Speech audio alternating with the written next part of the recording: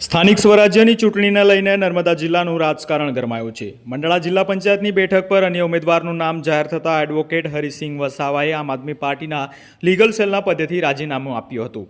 આમ આદમી પાર્ટીના પોતાનું રાજીનામું સોંપ્યા બાદ આજે તેઓ દેડિયાપાડા ખાતે કોંગ્રેસમાં જોડાયા હતા। દેડિયાપાડાના પૂર્વ ધારાસભ્ય મહેશ વસાવાના હસ્તે તેઓ કોંગ્રેસમાં જોડાયા હતા। કાર્યકર્તાઓએ ફટાકડા ફોડી અને મીઠાઈ વહેંચી તેમને પક્ષમાં આવકાર્યા હતા અને સ્વાગત કર્યું હતું।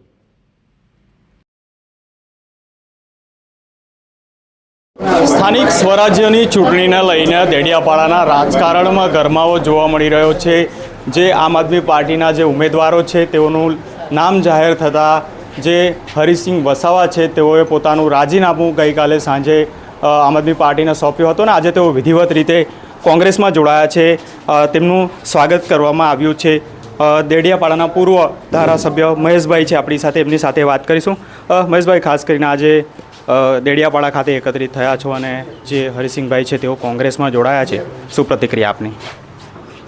બસ હવે કોંગ્રેસ પાર્ટી દેશમાં 132 વર્ષ જૂની પાર્ટી છે અને કોંગ્રેસે જ આખો દેશનો ઢાંચો બનાવ્યો છે અને કોંગ્રેસે જે વિકાસ કર્યો છે એ આખો દેશનો વિકાસ છે। આપ તમે જોઈ લો, અને કોંગ્રેસની અંદર વર્ષોથી આદિવાસી સમાજ હોય કે ભારતના લોકો હોય કોંગ્રેસને ચાહતા હતા, પણ આજે ખાસ કરીને આમ આદમી પાર્ટીનું ચારિત્ર બધાને ખબર પડી ગઈ છે કે આમ આદમી પાર્ટી એક આરએસએસની ડિઝાઇન કરેલી દિલ્હીની અંદર અન્ના હજારેના નેતૃત્વની અંદર એક આંદોલન હતું।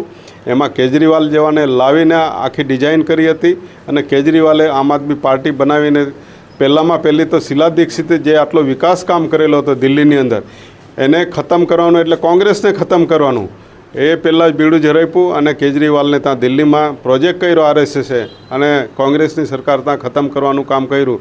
એમણે એક ડેમો કરેલો હતો અને આખા દેશની અંદર જે કોંગ્રેસને ખતમ કરવાની વાત હતી, પણ કોંગ્રેસ ક્યારેય ખતમ થતી નથી। કોંગ્રેસ રાખમાંથી પણ પાછી જીવતી થાય છે। આ કોંગ્રેસ આટલી જૂની પાર્ટી છે, એની અંદર બધા ઘણા અનુભવી લોકો છે।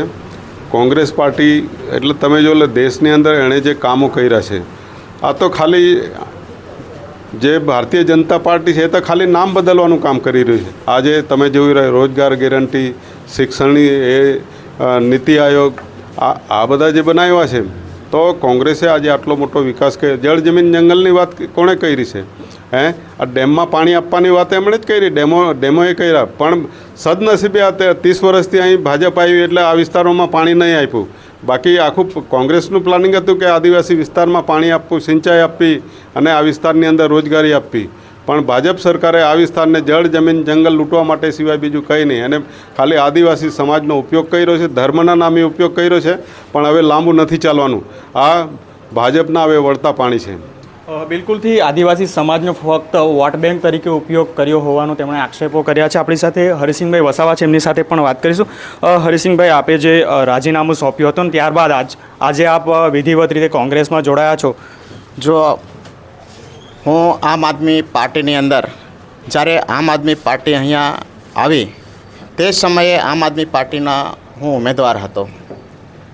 એના પછી હાલના માનનીય ધારાસભ્ય ચેતરભાઈ વસાવાને જ્યારે મેન્ડેટ મળ્યું અને મેન્ડેટ મળ્યા પછી મને કમિટમેન્ટ આપવામાં આવેલું કે હરિસિંહભાઈ, આપણે મહેનત કરી અને દેડિયાપાડા જે વિધાનસભા છે એને આપણે જીતી લઈએ, અને વિધાનસભા જંગી બહુમતીથી જીત્યા પછી જ્યારે સ્થાનિક સ્વરાજ્યનો અત્યારે ચૂંટણી આવી છે ત્યારે એ ચૂંટણીની અંદર મેં મંડાળા બેઠક માટે જિલ્લા પંચાયતના દાવેદાર તરીકે મેન્ડેટ માગ્યું। હું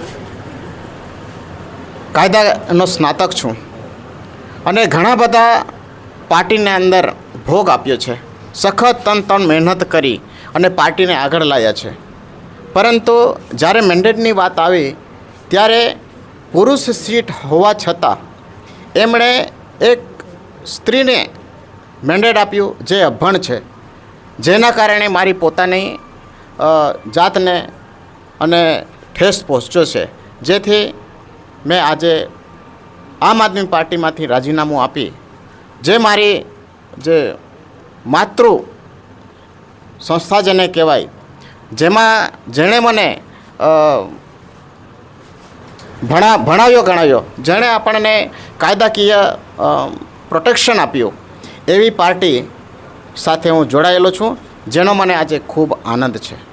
ખાસ કરીને જ્યારે મેન્ડેટની વાત હોય ત્યારે મંડાળા જિલ્લા પંચાયતની જે બેઠક છે એ બેઠકમાં આપના પ્રબળ દાવેદાર તરીકે આપનું નામ ચર્ચામાં હતું, પરંતુ જ્યારે નામ જાહેર થયા ત્યારે હરિસિંહ વસાવાની અવગણના કરવામાં આવી. તેને લઈને આપે રાજીનામું આપ્યું, તે પ્રકારેની ચર્ચાઓ છે. આ મુદ્દે શું કહેશો? રાજીનામું આપવા પાછળનું કારણ એ જ છે કે જ્યારે મેં દાવેદારી કરી, પુરુષ બેઠક હોવા છતાં સ્ત્રીને મેન્ડેટ ફાળવવામાં આવ્યો, એની સાથે મને કોઈ વાંધો નથી અને સ્ત્રીના વિરોધી પણ નથી. પરંતુ મારી પાર્ટીના અંદર જે પ્રમાણેનો ભોગ આપ્યો અને જે મહેનત કરી છે એને જોતાં હું શિક્ષિત છું. મને મેન્ડેટ મળવું જોઈતું હતું, જેનાથી નારાજ થઈ મેં રાજીનામું આપ્યું છે.